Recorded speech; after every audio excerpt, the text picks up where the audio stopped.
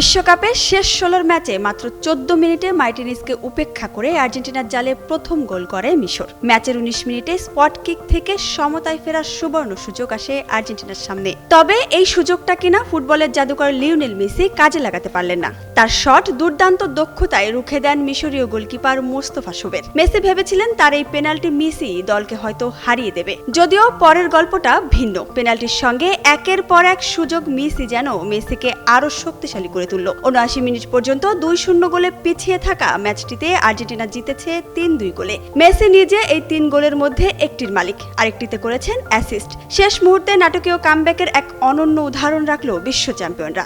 এরপরও পেনাল্টি মিসের আক্ষেপ কাটেনি মেসির। আসল ফল থেকে তৈরি সম্পূর্ণ প্রিজারভেটিভ মুক্ত ফ্রুটিকা, পিওর মানে ফ্রুটিকা।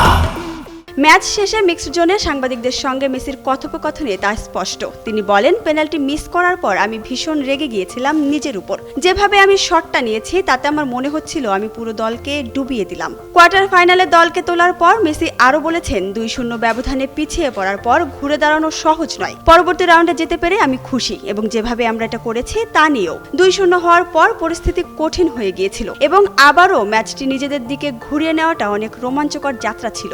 স্বাভাবিকভাবে দলের হার না মানা মানসিকতার কথাও বলেছেন এই আর্জেন্টাইন মহাতারকা। এলএম10-এর ভাষায়, এই দলটা আরো একবার প্রমাণ করেছে যা আমি অনেকবার বলেছি, এই গ্রুপটি লড়াই করতে বা বিশ্বাস রাখতে জানে। ওদের পাশে থাকাটাও আমার জন্য এক সম্মানের বিষয়। মেসি এর আগেও আর্জেন্টিনার মানসিক শক্তি নিয়ে কথা বলেছেন। এবার তো তার দল নিজেদের বিশ্বকাপ ইতিহাসে প্রথমবার ২ বা তার চেয়ে বেশি গোলে পিছিয়ে থাকার পরেও জিতেছে।